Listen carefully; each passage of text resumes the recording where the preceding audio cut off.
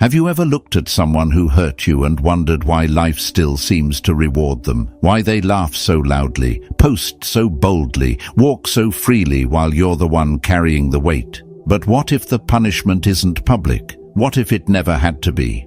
In Stoic philosophy, we are taught not to seek revenge, but to trust the quiet justice of life.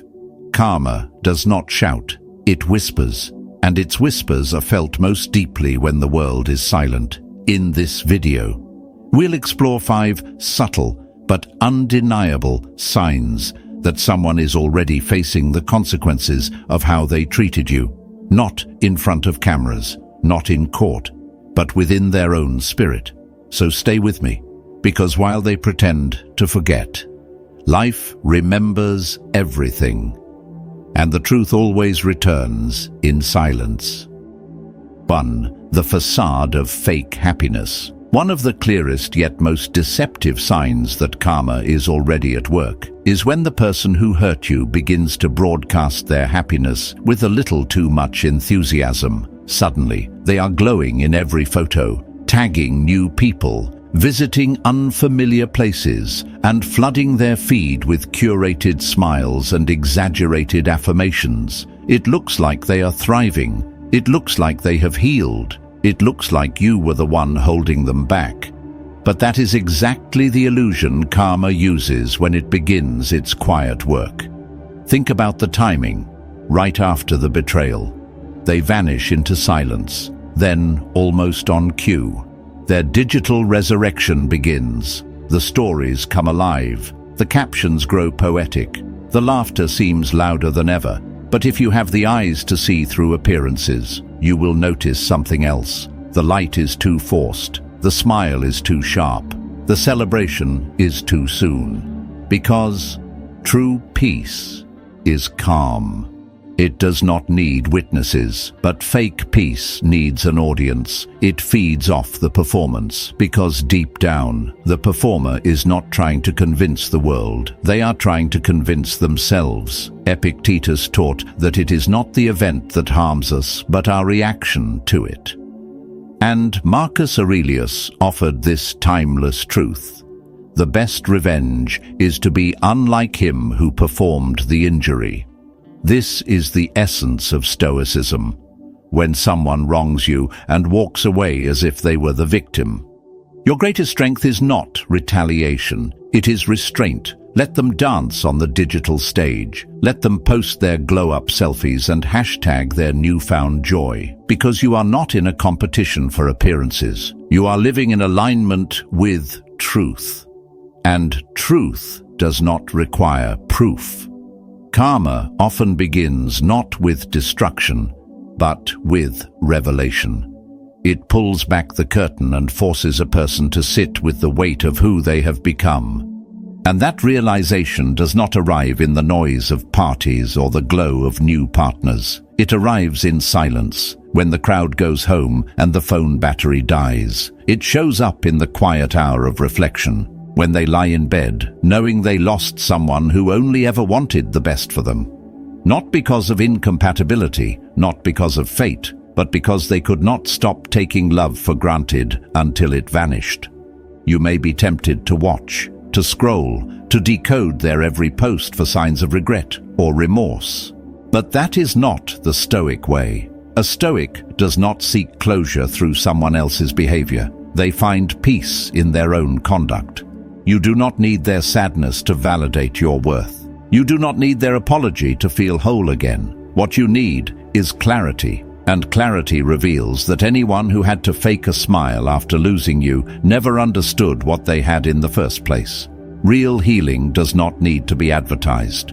It is felt in the way you no longer flinch at their name. It is seen in how you no longer need to explain the story. It is measured by the silence you choose over the battles you could win. Because healing is not loud, growth is not noisy, and peace is not something you flaunt. It is something you become. Let them smile for the camera. Let them string together quotes about rebirth and destiny while still carrying the weight of unspoken guilt. Because karma does not arrive like a storm. It arrives like erosion, quiet, patient, inevitable. It strips away the distractions until only truth remains. And truth always has a way of surfacing when we least expect it, but need it most. So do not envy their highlight reel. Do not mistake their projection for progress.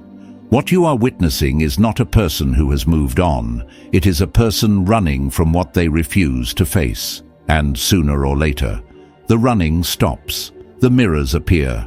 The patterns repeat. And in that cycle, karma does not punish. It teaches. And you stay still. You keep walking with integrity. You speak little but live loudly through your example, because your peace is no longer up for discussion. It is no longer something anyone can steal or question. It is earned. And the more you protect it, the less you care about who is watching. That is not indifference. That is wisdom. And that is the beginning of your liberation. 2. Losing what they took for granted. The second sign that karma has begun its silent work is not marked by explosions or public collapse, but by the quiet unraveling of what once seemed secure. Karma does not roar like thunder or demand attention like a storm.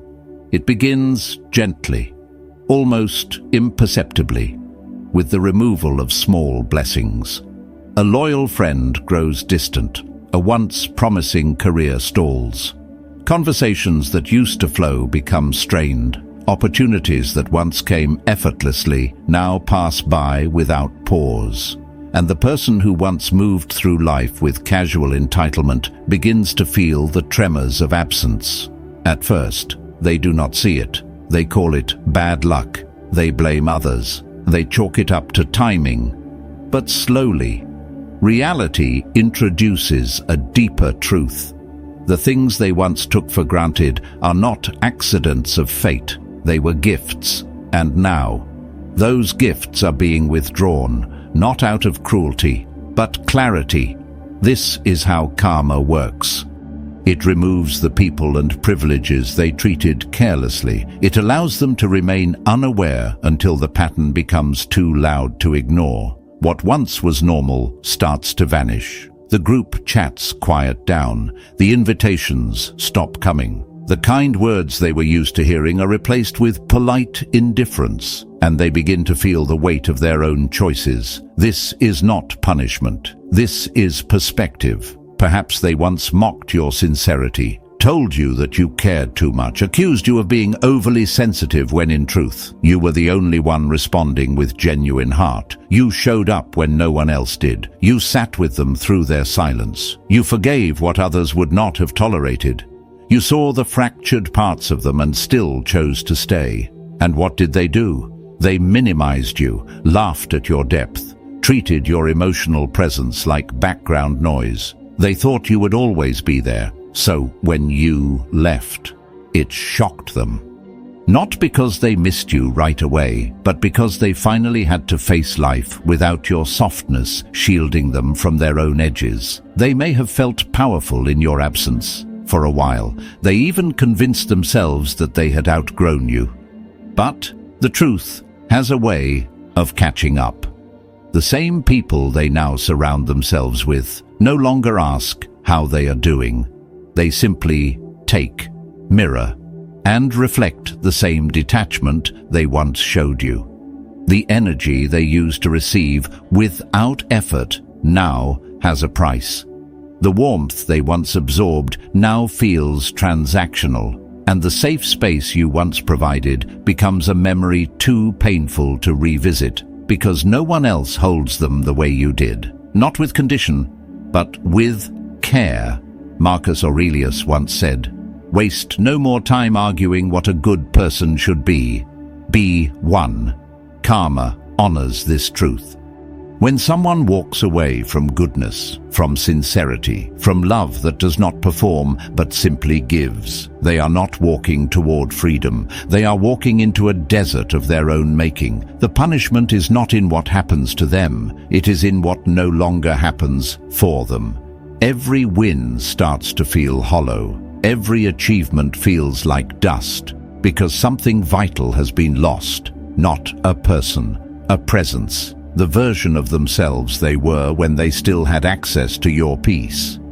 And this is the most haunting part.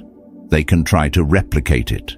They can find someone new. They can chase the echo of what you once offered.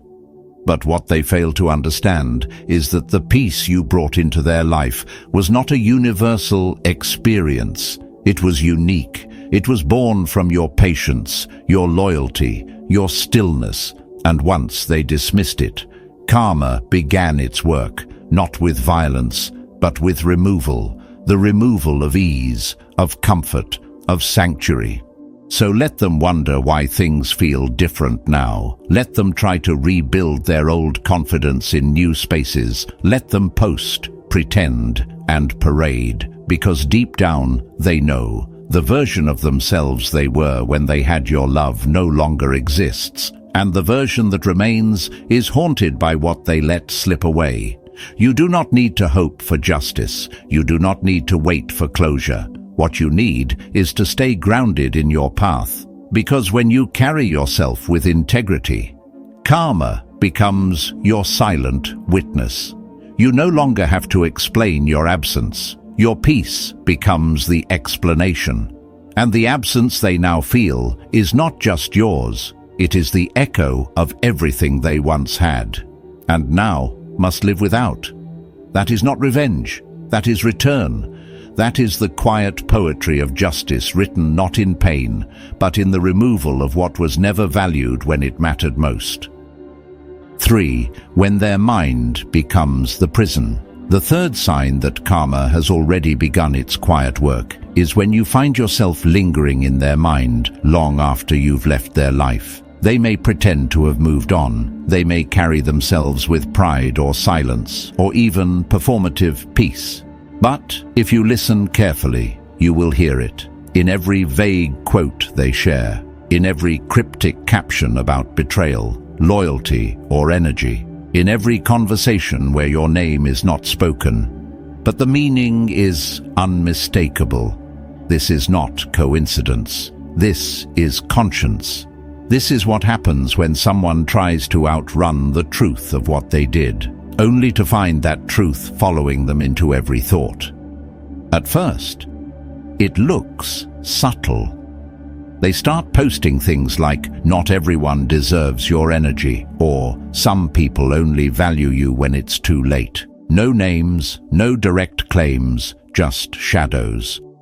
But you know those shadows because you used to walk beside them. You know their language, the way they dress guilt up as wisdom and try to pass bitterness off as healing. You know the tone they use when they want to be seen without admitting they are looking. And in that knowing, you realize something deeper. They are not over you. Not because they miss the connection, but because they are haunted by what they did to someone who only ever showed them grace. This is karma in its most poetic form.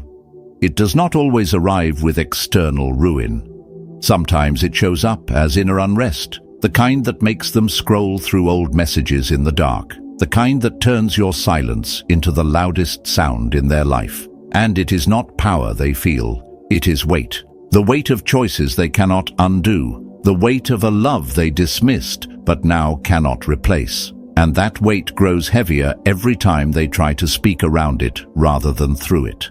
You may wonder if anyone else sees it, if their friends notice the double meanings, if others pick up on the echoes. But the truth is, it does not matter, because the one who matters is you, and you already understand that the louder someone tries to look unbothered, the more their spirit reveals its restlessness. The real punishment is not public shame, it is private obsession. It is the inability to think clearly because one's mind is no longer a sanctuary but a courtroom. And in that courtroom, every silent memory of you testifies against them. Stoicism teaches us that the wise do not need to defend their name. As Epictetus said, if someone speaks ill of you, live in such a way that no one will believe it. You do not need to clap back. You do not need to share your own cryptic post or clarify your side of the story. That is not strength. That is ego,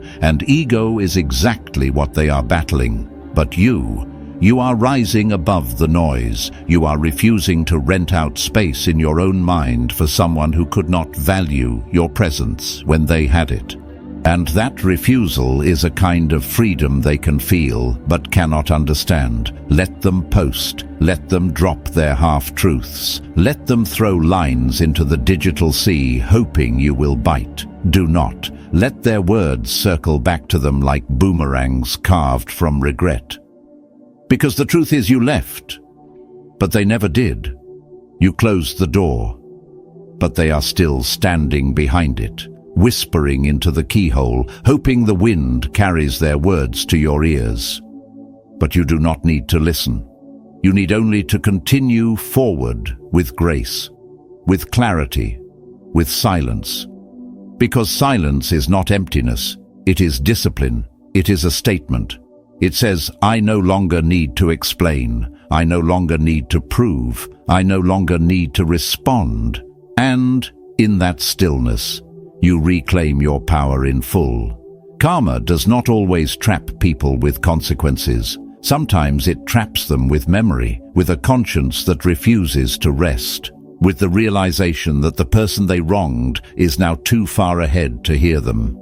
That is not your burden to carry. That is their lesson to learn. So keep walking. Let their mind echo with what they could have had. Let their words spiral around your absence. Because the deepest revenge is not destruction. It is transformation. And the mind is the loudest prison of all, especially when the one you hurt will not even turn around. Keep your silence. Let it speak. Let it stand. And let them sit with the truth they tried to bury. That is karma, and that is enough.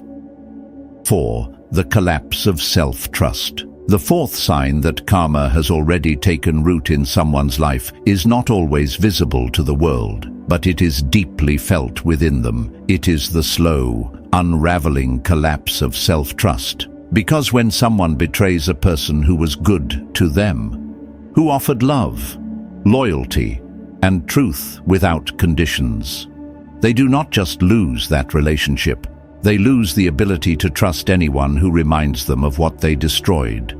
And eventually, they lose the ability to trust themselves. At first, it appears like wisdom. They speak of protecting their peace, of keeping their circle small, of avoiding fake people. They wear their caution like armor and call it healing. But if you look closer, you will see that this is not protection. It is fear dressed as discernment. It is guilt whispering through every hesitation. They used to be open. They used to speak with ease, laugh without calculation, and trust without suspicion. But after they broke something real, something that did not deserve to be broken, a subtle fracture appeared in their spirit, not all at once, but gradually. Now, every word from others feels like a potential threat. Every kind gesture is viewed with suspicion. Every new connection is tested through a lens of doubt, because deep down, they know what they themselves are capable of. And once you have inflicted harm on someone who only offered you grace, a seed is planted, the seed of paranoia. The fear that others may one day do to you what you once did to someone else. This is karma's most personal punishment. It is not loud. It does not humiliate you in front of others. It makes you doubt yourself in the quiet moments.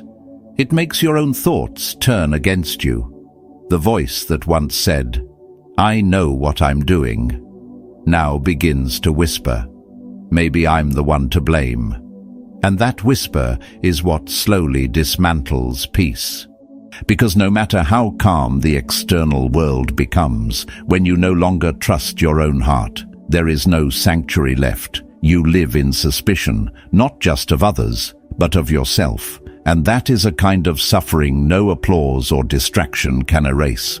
Seneca once said that the person who has done wrong rarely trusts others, because he knows what he himself is capable of. The Stoics understood this deeply. They did not believe peace came from comfort or from pretending everything is fine. They taught that true peace only comes when your actions are in alignment with your values, when you betray those values. You do not only lose the person you betrayed, you lose access to your own inner clarity. You begin to question your motives, your instincts, your ability to choose rightly, and that uncertainty spreads through every area of your life like ink in water.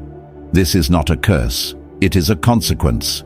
When you mistreat someone who meant you no harm, someone who offered you space to grow, to speak, to be seen fully, you are not just walking away from a person, you are walking away from a mirror that reflected your best potential, and once that mirror is gone, you're left with nothing but the fragments of who you pretended to be. Even when life brings someone new into your path, even when good things begin to happen, that old voice resurfaces, the one that says, "You don't deserve this," the one that cannot accept joy because it has not made peace with the past. So let them withdraw, let them become cautious, let them overthink every interaction and doubt every ounce of affection. That is not your burden to carry. You are not their redeemer.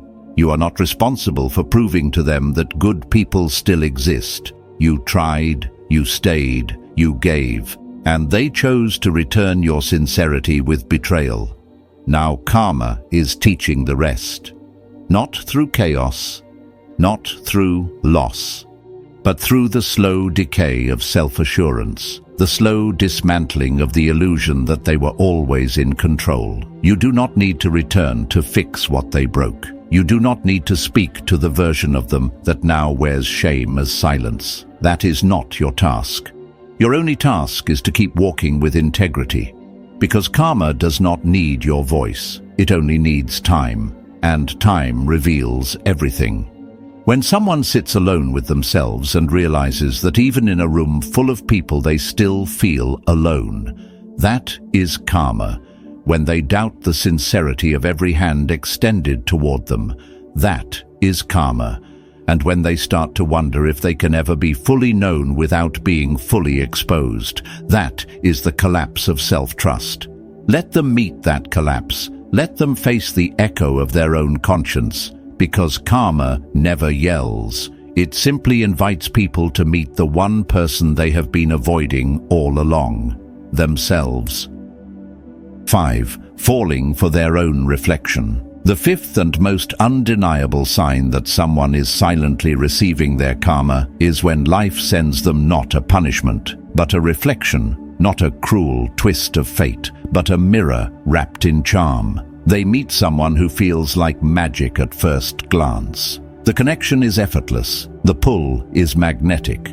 It feels like destiny has finally smiled upon them. But what they fail to see is that they are not falling in love with something new. They are falling into a loop designed to show them exactly who they have been. This new person does not show up with warnings or red flags. They show up exactly as they once did in your life. Charming, attentive, promising, until the pattern begins. Suddenly they find themselves waiting for texts that never come, calling into silence, giving their heart and receiving distance. They begin to feel the same uncertainty they once planted in you. They are loved today, ignored tomorrow. Affection appears and vanishes. And when they finally open up, their vulnerability is dismissed as drama. The exact cruelty they once mocked you with is now reflected back at them with precision. They once walked away from your loyalty without flinching. Now they beg for stability from someone who holds them at arm's length. And slowly, without warning, a thought begins to take root. A quiet, horrifying truth.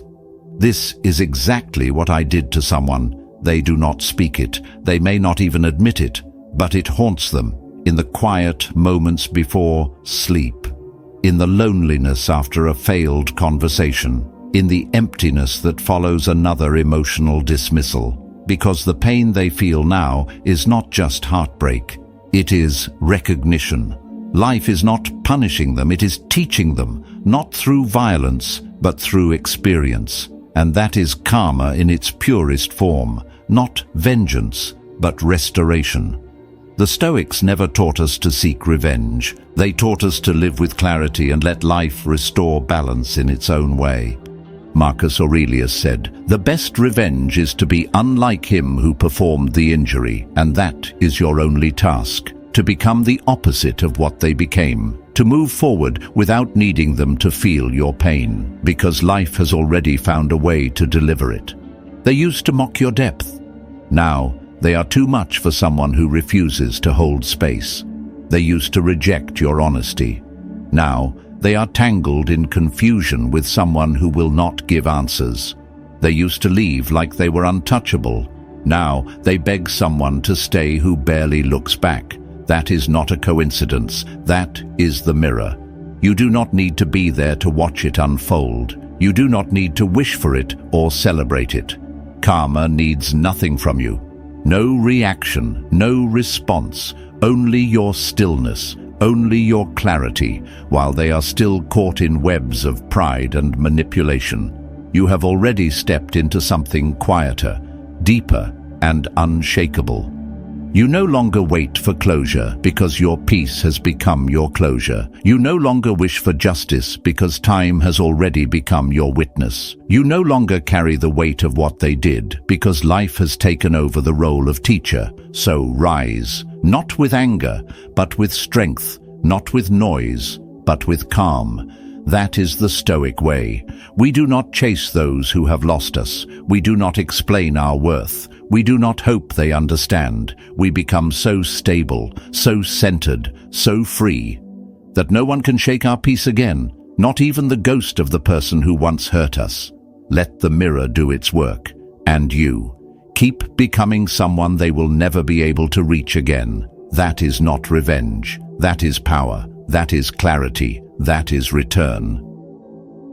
So if someone hurt you and walked away like nothing happened, let them. If they never apologized, if they acted like you were the problem, release the need to be understood by those committed to misunderstanding you. Because while they may seem fine on the outside, the truth never leaves them. It follows them into silence, into every moment they try to convince themselves they did nothing wrong. People who lie to the world can sleep soundly, but those who lie to themselves never truly rest. If this message resonated with you, leave a comment below with 3 words. Karma always returns. Let others know they are not walking through this alone. And if you're choosing clarity over chaos, peace over performance, and growth over reaction, subscribe and stay close. There is more wisdom ahead. Let karma speak in its own time, and you keep rising into a version of yourself so powerful they can never touch you again. The next chapter of your strength is waiting.